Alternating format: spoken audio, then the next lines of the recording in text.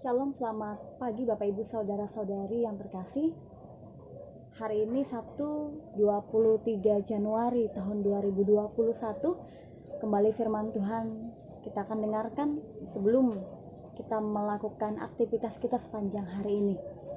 Nanti dalam dasar firman Tuhan yaitu dari Lukas pasal 10 ayat 13 sampai ayatnya yang ke-16 dengan judul yaitu Yesus mengecam beberapa kota. Namun sebelum kita membaca dan merenungkan firman Tuhan, mari kita berdoa terlebih dahulu. Kita berdoa. Biarkan Engkau berkata-kata dalam kehidupan kami, sehingga perkataanmu menjadi pelita bagi kaki kami dan terang bagi jalan kami. Dan apa yang Engkau ingin katakan pada hari ini bagi umat kesayanganmu ya Tuhan, memberikan kami ingatan dan ajaran, sehingga kami selalu melakukan apa yang jadi kehendak-Mu Tuhan. Di masa-masa di mana berbagai macam bencana musibah kami rasakan dan saudara-saudari kami rasakan, Engkau kekuatan dan penghiburan dalam kehidupan kami. Berkata-katalah ya Tuhan, kami bersiap untuk mendengarkannya, dan hamba-Mu ini juga siap untuk memperdengarkannya dengan pengertian yang dari Tuhan. Di dalam nama Tuhan Yesus Kristus, amin. Lukas pasal 10 yang sama-sama akan kita dalami yaitu di ayatnya yang ke-13 saja. Yang demikian saya akan bacakan Lukas 10 ayatnya yang ke-13, demikian firman Tuhan. Celakalah engkau Korazim, celakalah engkau Betsaida, karena jika di Tirus dan di Sidon terjadi mujizat-mujizat yang telah terjadi di tengah-tengah kamu, sudah lama mereka bertobat dan berkabung.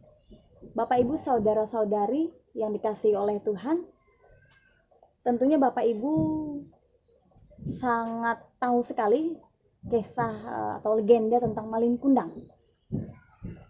Kisah legenda Malin Kundang yang mengisahkan seorang anak yang dikutuk ibunya menjadi batu.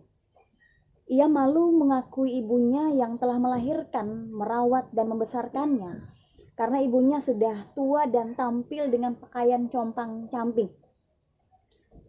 Yang artinya adalah ketika perbuatan baik dibalas dengan keburukan, ada orang tua yang tak mampu menahan kesedihan dan akhirnya mengucapkan kutuk kepada anaknya.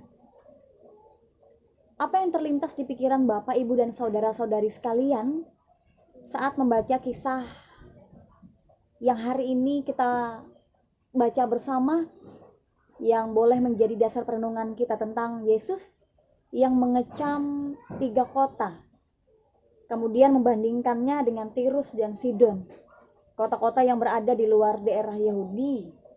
Mengapa Tuhan mengatakan celakalah, celakalah, dikatakan di ayat yang ke-13.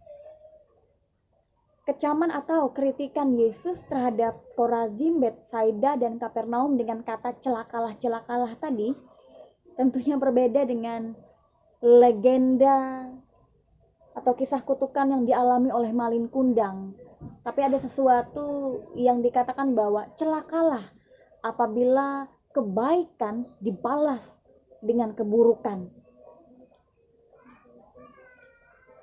Kisah dalam pembacaan Alkitab kita hari ini maknanya ada sedikit kesamaan, meskipun legenda Malin Kundang sangat berbeda dengan firman yang hari ini kita dengarkan. Maknanya yang sama adalah di mana kebaikan Tuhan yang diberikan kepada orang-orang yang Tuhan berikan tanda-tanda mujizat, penyembuhan, kebaikan, pertolongan Tuhan, dan semua kebaikan dan kemurahan yang Tuhan berikan, itu rupanya tidak dihargai, tidak memberikan sesuatu perubahan yang baik, tidak membawa sesuatu pertobatan di dalamnya. Itu makna yang sama dari 2 kisah yang berbeda. Bapak Ibu saudara-saudari yang terkasih, dalam nas ini tadi kritikan Yesus merupakan peringatan bahwa Tuhan menghendaki adanya perubahan hidup dari orang-orang yang sudah mendengar dan mengalami sendiri kebaikan Tuhan. Jadi Tuhan menghendaki adanya perubahan hidup, di mana Tuhan selalu memberikan pertolongan, Tuhan selalu memberikan anugerahnya dengan cuma-cuma tanpa Tuhan menuntut banyak hal. Dan Tuhan tidak menghendaki kehidupan yang tidak menghargai kebaikan dan anugerah Tuhan. Kritikan Yesus merupakan pernyataan anugerah untuk bertobat. Tanpa pertobatan, tidak ada pengharapan keselamatan. Dikisahkan Yesus yang mengkritik beberapa kota, yaitu Korazim, Betsaida, dan Kapernaum, karena meskipun mereka melihat dan mengalami kebaikan dan kemurahan Tuhan, tanda-tanda mujizat dinyatakan di sana, kesembuhan dinyatakan di sana, tetapi itu tidak mampu membuat mereka bertobat. Kebebalan Israel juga nampak dengan menolak para murid yang diutus oleh Tuhan Yesus. Bapak Ibu saudara-saudari, berhadapan dengan sikap semacam itu, Yesus masih sabar. Luar biasa Bapak Ibu saudara-saudari, kita punya Tuhan yang panjang sabar, yang penuh dengan kasih. Meskipun kebaikan Tuhan dibalas dengan keburukan, tetapi Tuhan tidak langsung menghukum pada saat itu. Tuhan Yesus tidak langsung menghukum, dia masih sabar, dia hanya memberikan peringatan agar berubah dari kebebalan hati untuk bertobat. Namun jika mereka tetap pada sikap mereka yang tidak baik tadi, mereka belum juga mau bertobat, maka ada saatnya penghukuman dinyatakan atas mereka. Namun Yesus tetap berharap bahwa ada perubahan dan ada pertobatan terjadi. Bapak Ibu saudara-saudari, apa yang bisa kita pelajari dari nas di hari ini? Yang pertama yang kita bisa pelajari, meskipun di Korazim, Betsaida, dan Kapernaum Yesus kerap melakukan mujizat, mereka dikatakan celaka. Mengapa? Karena kebaikan dan kemurahan Tuhan hanya membuat mereka terkagum-kagum, hanya sampai di batas kagum, tidak sampai pada keyakinan kepada Tuhan dengan sungguh-sungguh bahwa Tuhan hadir, bahwa Tuhan berkuasa atas alam semesta, Tuhan berkuasa atas kehidupan kita, Tuhan berkuasa atas masa depan kita, dan Tuhan memang pemilik segala sesuatu. Maka dari itu mari melalui nas kita hari ini, pelajaran pertama yang kita petik adalah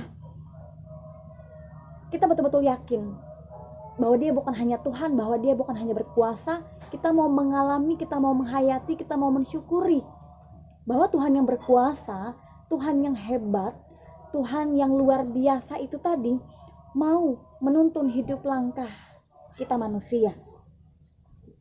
Hargai kebaikan Tuhan, hargai kemurahan hatinya Tuhan, hargai kesabarannya Tuhan.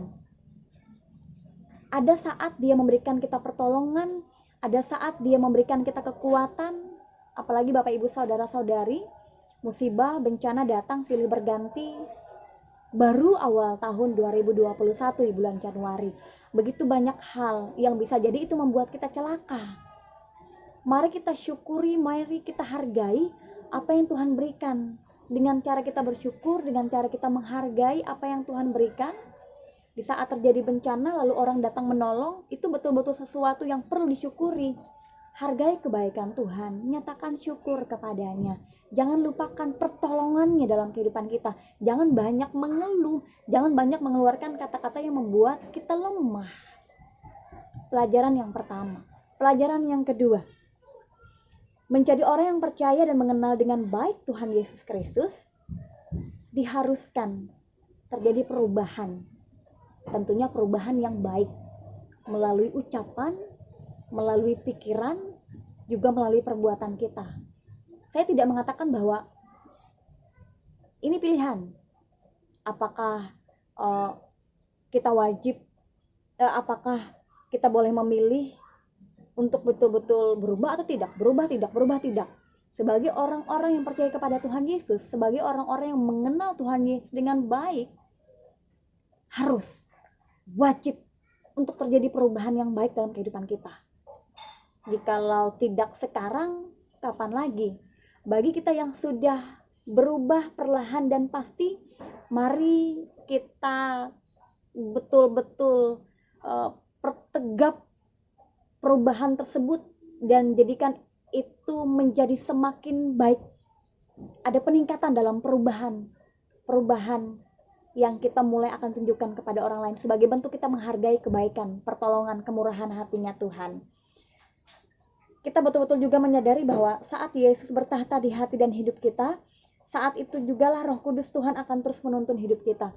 Jadi Bapak Ibu Saudara-saudari, saat kita betul-betul percaya kepada Tuhan Yesus, menghargai kebaikannya, yakinlah dalam hati dan hidup kita Roh Kudus akan menuntun ucapan, pikiran, perbuatan kita, sehingga semuanya betul-betul menjadi sesuatu sebagai buah dari pertobatan yang kita mau tunjukkan kepada orang lain. Tunjukkan itu senantiasa, yakinlah dia akan terus menolong kita. Immanuel, dia tidak pernah meninggalkan kita, dia akan terus bersama dengan kita.